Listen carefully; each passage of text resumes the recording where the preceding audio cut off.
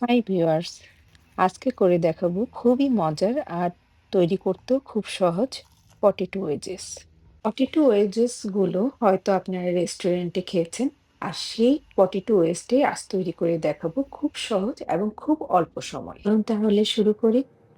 Potato wedge তৈরি করার জন্য আমি এখানে 4টি আলু ভালোভাবে ধুয়ে নিয়ে পটেটো পিলার দিয়ে ছিলে নিয়েছি। প্রথমে একটি আলু নিয়ে মাঝ বরাবর কেটে নিব এবং একেকটা অংশ ৩ থেকে ৪ ভাগ করে কেটে নিব।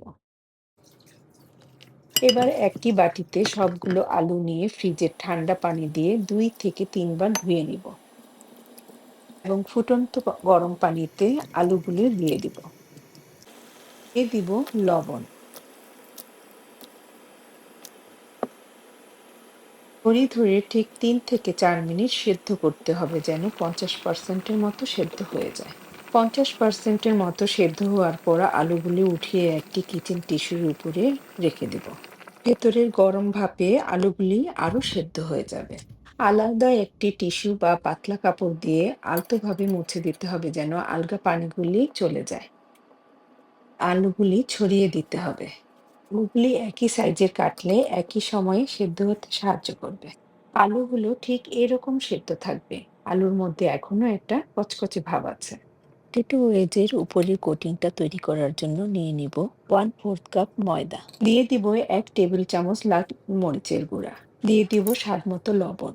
দিয়ে দিব 1/4 কাপ কর্নফ্লাওয়ার, 1 টেবিল চামচ চিলি ফ্লেক্স, 1 চামচ পরিমাণ অরিগানো। যদি না থাকে না দিলেও চলবে। এবার সবগুলি উপকরণ ভালোভাবে মিশিয়ে নেব এবং দিয়ে দিব 1 টেবিল চামচ পাপরিকার গুঁড়া। যদি না থাকে তাহলে আরো 1 টেবিল চামচ মরিচের গুঁড়া অ্যাড করতে পারেন। দিয়ে দিব পুদিনা পাতা কুচি, ধনে পাতা কুচি। এই দুইটার মধ্যে আপনি যে কোনো একটাও ব্যবহার করতে পারেন। আর দিয়ে দিব 1 চা চামচ বেকিং সোডা। এটা পটেটো ওয়েজ ভাজার পরেও অনেকক্ষণ ক্রিস্পি রাখবে। এবার 1 কাপ পানি নিয়ে অল্প অল্প করে দিব আর ব্যাটারটা মাখতে থাকবো। ব্যাটারটা মাখতে মাখতেই বুঝতে পারবেন কতটুকু পানির প্রয়োজন হবে। এটা ঠিক এইরকম ঘনত্বের হবে। বেশি ঘনও হবে না, আবার পাতলাও হবে না। এবার সেদ্ধ আলুগুলো ঠান্ডা হয়ে আসলে ভালোভাবে মিক্সড করে নিব।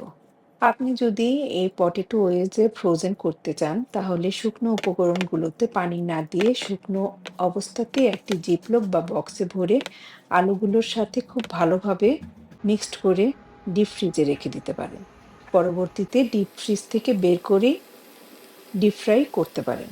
এই অবস্থাতে প্রায় 1 মাস সংরক্ষণ করা যাবে। পটেটো ওয়েজগুলোকে ডুবো তেলে ফ্রাই করতে হবে। এ পর্যায়ে চুলার হিটটা থাকবে মিডিয়াম টু হাই এর মাঝামাঝি। বারে বারে কমানো যাবে না, আবার বারে বারে বাড়ানো যাবে না। এই পটেটো ওয়েজগুলো ভাজতে আমার সময় লেগেছে প্রায় 6 থেকে 7 মিনিট।